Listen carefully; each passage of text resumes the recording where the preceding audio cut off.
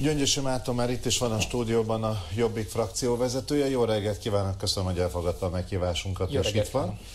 No, hogyan vélekedik arról, hogy itt milyen 4 év előtt áll az ország, és kíváncsi lennék arra is, hogy mennyire volt elégedett esetleg Orbán Viktor miniszterelnöki beszédével tegnap a parlamentben? Tegnap sajtótájékoztatót tartottunk a miniszterelnöki beszédet követően, és ott értékeltük a elhangzottakat. Többek közt ugye azt mondta, hogy az fenyegetőzik, aki fél. Milyen fenyegető kijelentéseket talált Orbán Viktor beszédében? Ugye Orbán Viktor már március 15-i beszédében megtette az erre vonatkozó utalásokat, akkor, amikor erkölcsi és politikai elégtételről beszélt. Most ebben a beszédben azért nagyon sok szép dolog elhangzott, ugye lovagias gesztusokról beszélt, keresztény demokráciáról beszélt, miközben egy olyan 8 évet tudhatunk magunk mögött, amelyben sem a keresztényi eszméknek, sem a demokratikus értékrendnek túl sok nyomát nem láttuk. És itt azért megfogalmazódott most nyilatkozott például, leköszönöm, Balogh Zoltán miniszter úr, hogy ő, már ugye a keresztényi eszméket említi, hogy ő például az elmúlt években arra a legbüszkébb, hogy a nagypéntek munkaszüneti nappá vált. Ez egy szép gesztus valóban. Természetesen mi is értékeljük azt, hogy a húsvét, ami a kereszténységnek a legnagyobb ünnepe, az valóban a nagypénteki szabadsággal még komolyabb rangra emelkedett, de azért úgy gondolom, hogy nem ez a fokmérője a keresztény demokráciának és a keresztényi eszmének. Azért az elmúlt 8 évben azt láttuk, hogy a demokráciának a felszámolására történt egy nagyon komoly kísérlet, és hát a keresztényi eszmékkel köszönő viszonyban sincs az a agresszív, irítségre és gyűlöletre appelláló kampány, amiből kaptunk egy jókora adaggal az elmúlt 8 évben. Na hát, ha már ezt a gyűlöletkampányt említi Gyöngyösi úr, azért ön is kapott hideget, meleget, meg szerintem az önkijelentésére is emlékeznek, nevezetesen ugye arra, amikor kiállt országvilág elé, aztán azt mondta, hogy akik veszélyt jelentenek, ön szerint nemzetbiztonsági kockázatot rejtenek Magyarország számára, akkor legyenek olyan kedvesek és listázzák ugye a zsidó származású képviselőket. Hát ez minden volt, csak nem szép.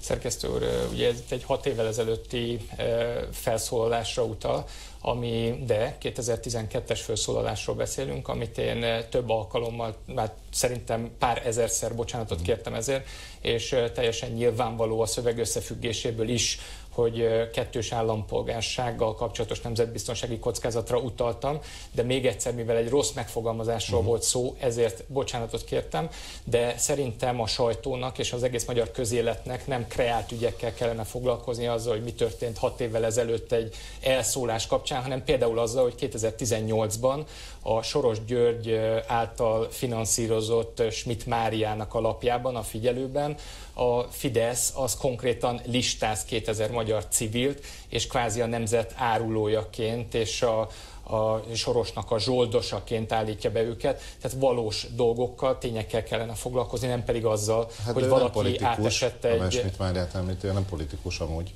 Hát nem politikus, de azért talán nem állunk messze a valóságtól, ha azt mondjuk, hogy egy közéleti személyiség és a Fidesz táborához elég szorosan kötődő ember, és hát azt is látjuk, hogy ebben a jelenlegi rendszerben, az Orbáni rendszerben azért a médiának a szerepe, különösen a fideszes klientúra által birtokolt médiában azért a kormányzati politika az elég erőteljesen megjelenik, tehát az a fajta kampány, amit a kormány folytatott a civilek ellen, Soros György ellen, az nyilván szoros összefüggésben van azzal, ami a Figyelő címoldalán megjelenik. Mint frakcióvezető szeretném majd önt arról kérdezni, hogy önök, mármint a Jobbik, hogyan képzeli el ugye most a következő éveknek a politizálását bent a parlamentben, de még mielőtt azért erre válaszol, ön szerint milyen irányt vett most a Jobbikon belüli csatározás?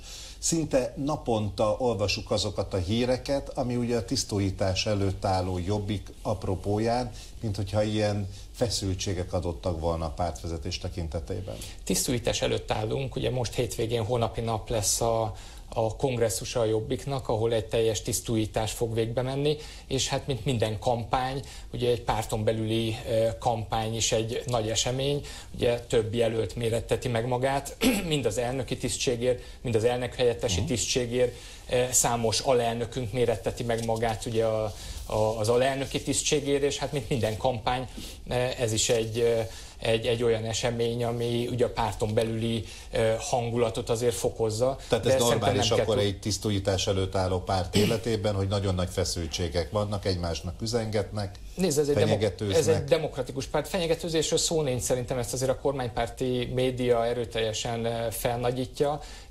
Természetesen vannak olyan Facebook posztok, amelyek erre adott esetben alapot adhatnak. Novák de én azért nagyon büszke vissza? vagyok. Ezt nem tudom, ezt Novák előttől kéne megkérdezni, azért aki egy icipicit is ismeri Novák Elődöt, tudja, hogy azért a visszalépése, vagy így a kilépése egy ilyen megmérettetésből azért erősen furcsa az ő részéről. Nem ezt kell elhinni az újságolvasónak például azt akkor a Jobbik életével kapcsolatosan, hogy lejárató kampányt indítottak ellene? Szerintem ez legalább annyira lehetséges forgatókönyv, mint az, hogy egy taktikai lépésről van szó, hiszen a felesége alelnök jelöltként vagy elnök helyettesként indul ebbe a kampányban.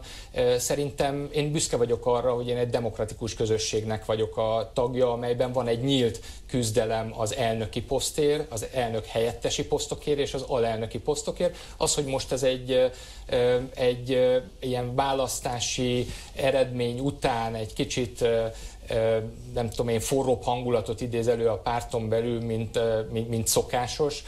Ez szerintem egy teljesen természetes dolog, és én örülök annak, hogy nálunk nem olyan egyszemélyi, vagy ilyen személyi kultusz van, mint más pártokban, ahol igazából ellenjelölt sincs, és nincsen jelöltek közötti küzdelem a legfőbb posztokért. Hát de úgy tűnik, hogy ezért eredményesebben irányítják, mint hogyha gondolom, itt a Fideszre gondol. Hát például, de azért az elmúlt 27 évben azért ismerünk jó néhány pártot, amely kizárólag egyetlen egy személy köré épült. Na jó, de azért voltak demokratikus választások április 8-án, nem? Tehát természetesen valami voltak. Miatt rájuk szavazott sok ember, több mint Természetesen túl vagyunk a választásokon, ezeknek az eredményét folyamatosan értékeljük, és meg fogjuk találni azt a stratégiát, ami talpra állít bennünket. Nem tudom, hogy az elmúlt hetekben mit sikerült, vagy milyen eredményekre jutottak, amikor értékeltek a választási kudarcokat, de ugye nem véletlenül kérdeztem az Gyöngyösi úr, hogy a következő években milyen fajta politizálásra készül a Jobbik, hiszen önnek, mint frakcióvezetőnek ugye erőteljesen kell képviselnie a pártnak az érdekeit, milyen irányban indulnak el. Egy radikális fordulatot vesz a párt, vagy maradnak ennél a néppártosodott, ilyen kicsit olyan cuki megfogalmazásnál és üzeneteknél? Egy dolog nem lehet kérdés, és nem kérdés, hogy a néppárti politikának nincs alternatívája a Jobbikon belül.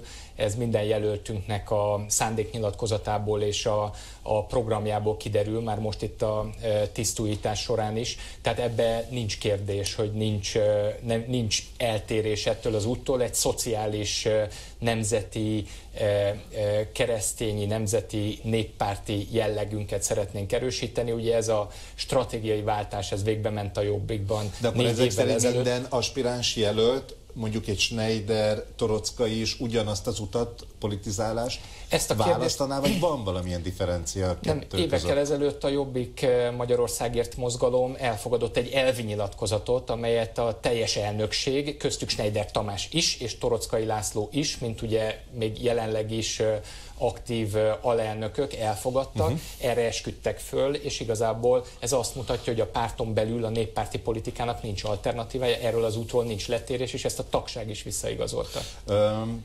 Most persze, hogyha kicsit cinikus lennék, vagy ironikus lennék, akkor azt mondom, hogy fontos is, hogy a Jobbik megtalálja ugye a saját politikai útját, hiszen 12 évük van arra, hogy valamit csináljanak.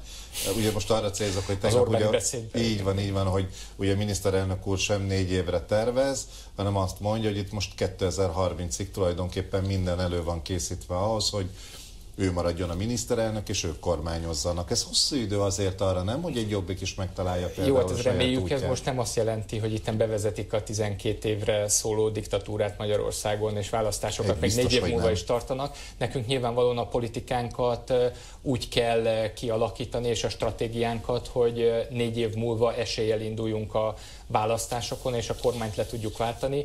A Jobbik Magyarországért mozgalomnak a politikájában, a programjában, mert mi ugye azért nem árulunk zsákba macskát, azon kevés párt közé tartozunk, akik egy nagyon részletes programmal álltak elő, és egy nagyon részletes programot mutattunk be a választóknak. Ennek a programnak az ismeretében mindenki láthatja és tudhatja, hogy a Jobbik Magyarországért mozgalom szociális kérdéseket, például többek között fontos szociális kérdéseket állít a programjának a középpontjába. Erről szólt ugye a béruniós kezdeményezésünk, amit nagyon nagy örömmel konstatáltam, hogy a napokban elindult az Európai Bizottság által elindított európai szintű népszavazásban és konzultációban az egyenlő munkáért, egyenlő bért elvét beemelték. Tehát ilyen értelemben én sikerként értékelem ezt a kampányunkat. Mi ezt a politikát szeretnénk tovább folytatni, hiszen Magyarországon továbbra is az elvándorlás, a demográfiai krízis és az elszegényedés a legnagyobb probléma. Nagyon szépen köszönöm, hogy eljött hozzánk, főleg úgy, hogy ugye a nézők nem látták, de 2 mankóval bicegett be ide a székbe, mert lovas balesete volt, hogy akkor jobbulást kívánunk. Köszönöm szépen a lehetőséget.